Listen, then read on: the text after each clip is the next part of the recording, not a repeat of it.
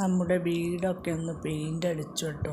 ഒരുപാട് തിരക്കിലായിരുന്നു. ഒരു മാസമാണ് പെയിൻ്റ് അടി കഴിഞ്ഞ് റെഡിയായി വന്നത്. അപ്പോൾ അടുക്കളയൊക്കെ ഒന്നും കൂടിയൊക്കെ ഒന്ന് റെഡിയാക്കാനുണ്ട്. അതിൻ്റെയൊക്കെ ഒരു പണിത്തിരക്കിലാണ് ഞാൻ.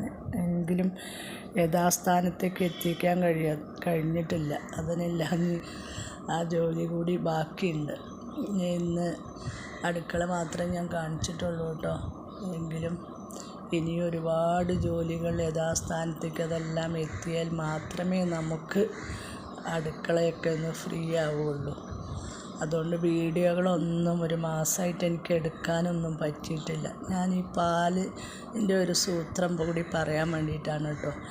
നമുക്കെല്ലാവർക്കും ഉള്ളൊരു കുഴപ്പമാണല്ലോ, പാല് തിളയ്ക്കണ വരെ നമ്മളവിടെ നിൽക്കും. അതിന് ശേഷം തിള വരുന്ന സമയമാകുമ്പോൾ നമ്മൾ പുറത്ത് പോകും, പാല് തിളച്ച് തൂവിപ്പോവും. അതിനുള്ളൊരു റെമഡിയാണ് കേട്ടോ ഇത്.